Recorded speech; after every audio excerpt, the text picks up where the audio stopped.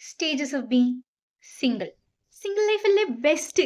ഞാനിപ്പോ എന്നെ തന്നെ ഫോക്കസ് ചെയ്യുന്നു. കരിയർ ബിൽഡ് ചെയ്യണം. ഇനിയും കുറേ കാര്യങ്ങൾ ലൈഫിൽ ചെയ്ത് തീർക്കാനുണ്ട്.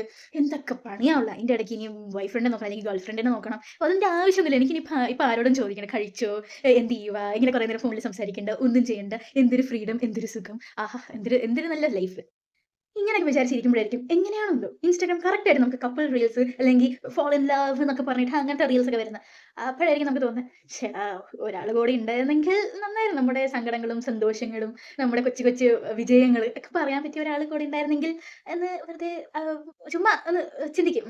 ഏഹ് അത് കഴിയുമ്പോൾ നമ്മൾ നമ്മളോട് തന്നെ പറയും, സാരമില്ല, നിനക്ക് നല്ലൊരാളെ ദൈവം കണ്ടുവച്ചിട്ടുണ്ട് എവിടെയോ. പക്ഷേ മീറ്റ് ചെയ്യാനുള്ള ടൈം ആയിട്ടില്ല. അതാണ് ടൈം.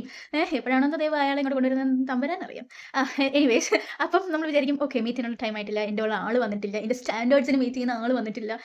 എന്നൊക്കെ പറഞ്ഞ് നമ്മൾ നമ്മളോട് തന്നെ പറഞ്ഞ് ആശ്വസിപ്പിക്കും. അവസാനത്തെ സ്റ്റേജാണ് ആക്സെപ്റ്റൻസ്.